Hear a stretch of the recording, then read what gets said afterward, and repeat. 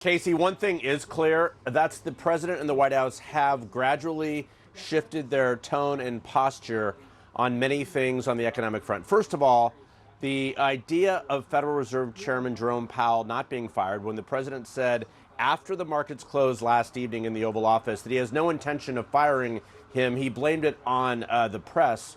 We, of course, have seen him say many times. He said, if I want him out, he'll be out as fast as I say so. He posted on social media that he wanted him to be fired. So look, the reality is the president is responding to really the uncertainty in the markets by shifting some at least of his language. But it is that meeting in the Oval Office on Monday that we learned about, and other reporters did as well, that really apparently caught the president's attention. And I am told that business leaders, the Business Roundtable and others have been reaching out to White House Chief of Staff Susie Wiles and other advisors here, trying to get a meeting with the president, trying to convey to him in real terms the real fallout of some of this uncertainty, some of these tariff policies. And it was that empty shelves comment, we are told, that really caught the president's attention. Of course, you can see why. The whole idea that we would have an interruption in the supply chain, sort of like we all saw in the pandemic, simply because of his policies, is something that would be difficult for the White House to endure.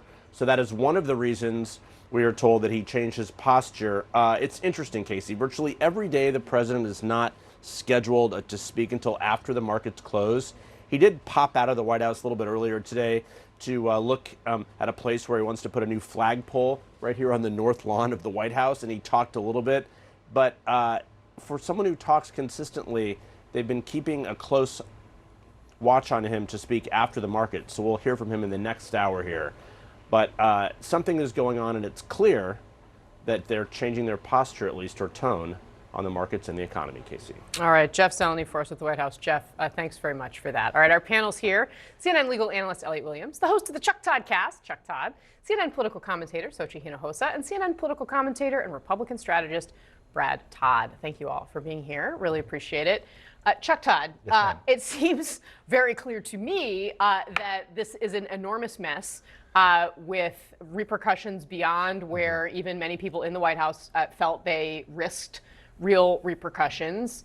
They don't necessarily want to be seen as publicly walking it back. You could hear kind of the pugnaciousness there from the White House press secretary.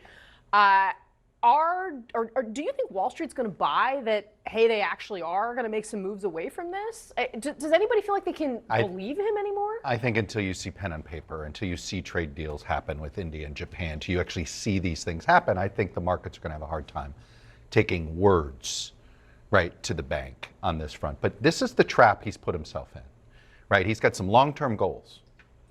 And in order to get to those long-term goals, there's going to be there's potentially short-term political pain. But he can't handle the short-term political pain, as we have found out, right? He keeps essentially trying to he's managing the economy right now with his news cycle brain. And he's trying to fix the news cycle. Let's see if I can buy a day, buy a couple of days, get this off the front page, buy some time. We all get this. A lot of people in their lives, you juggle things. Boy, this is something I don't want to deal with. Maybe I can push it off another week.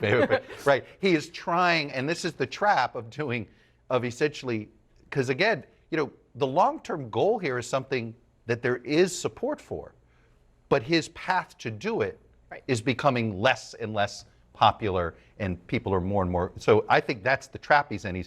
Today he's worried about the political side of things, and this is what's made, I think, decision-making uncertain. Is he making a political statement today, or is he making an attempt to redefine long-term economic policy? How's he going to feel when he wakes up in the morning? And I'd say even the way in which he's speaking about Jerome Powell is itself injecting a fair amount of uncertainty into the global economy. Just think about it. Global markets are stabilized based on the idea that the Fed is independent. Even when President Trump says, look, I have no intention of firing Jerome Powell, but I think he sucks and he's terrible and he's been doing a horrible job and he's too slow, even that is the sort of uncertainty that Chuck was talking about. It's just he's playing to the news cycle, And ultimately, no one is comforted by the fact, I think, that he has said that he's not in fact firing. But he's in fact doing what Joe Biden did with Jerome Powell in March of last year when he tried to coax a rate cut out of him.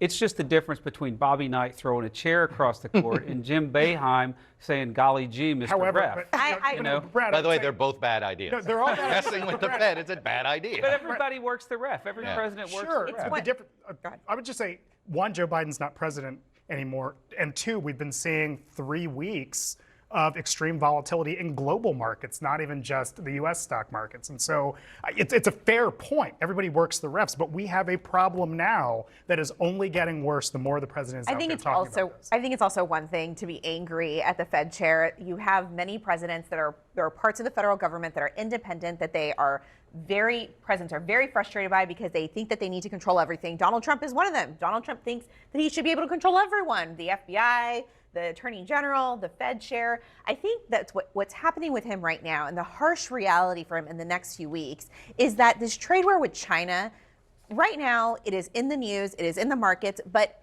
soon enough, and I think what the real retailers were telling him is the American people are going to feel it. And we are not there yet. And I think that it's coming, and that is a harsh reality for Donald Trump. Because once the American people feel costs go up and see that the shelves are empty, that is a huge political problem for him. What's any athlete do when they have a problem? You do the thing that you do best. And what Donald Trump does best is make deals. And as Chuck says, he's 3 deals away from a big market rally. I mean, as soon as these things start going, they'll go by dominoes. Every trading partner we have has higher barriers than we do. And they so all need a deal. here's the thing about that, Brad. I mean, look, I take your point. Art of the deal. People are willing to buy that about Donald Trump, certainly people who believe in him. But there are big questions. I mean, it was Donald Trump who struck a new version of NAFTA in the USMCA with Mexico and Canada, and look what he's done to that.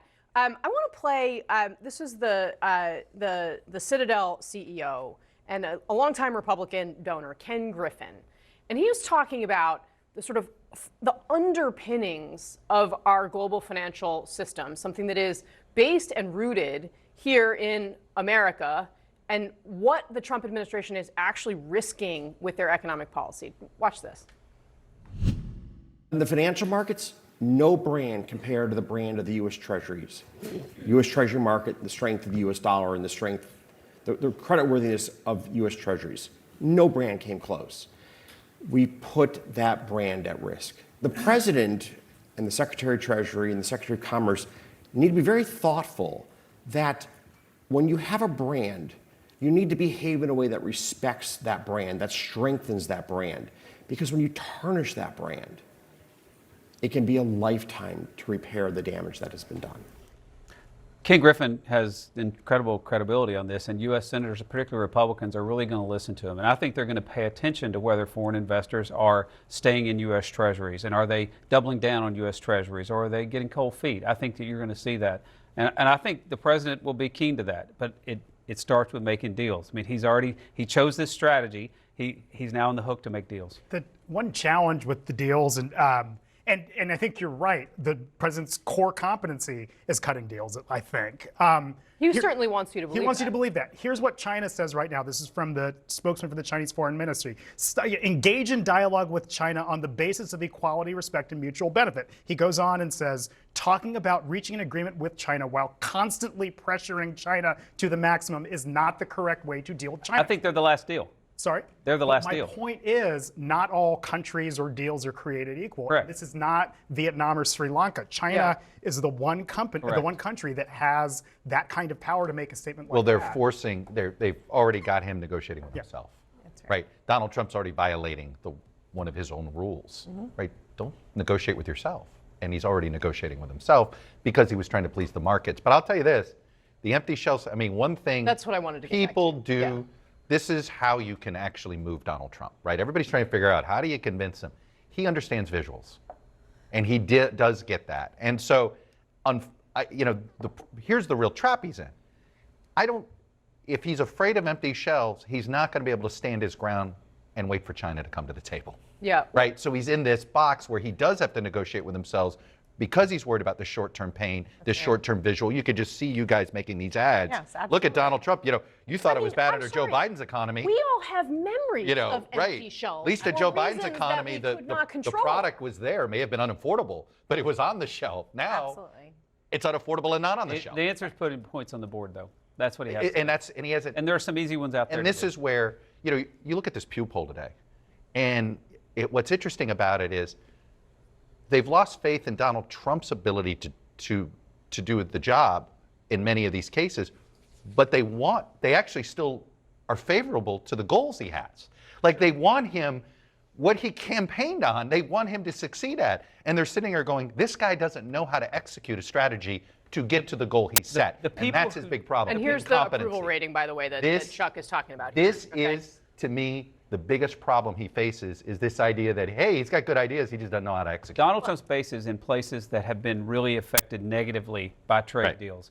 Those people know that we have to reset it. Those people, I grew up in a place like that. They're going to give him rope because they've felt the pain. Yeah, of but what this happens current with system Tennessee's before. economy, which has benefited from a globalized economy? Depends on where right? you live. But Are you in Nashville or are you in Roane right. County? But this is where it's not a zero sum, right?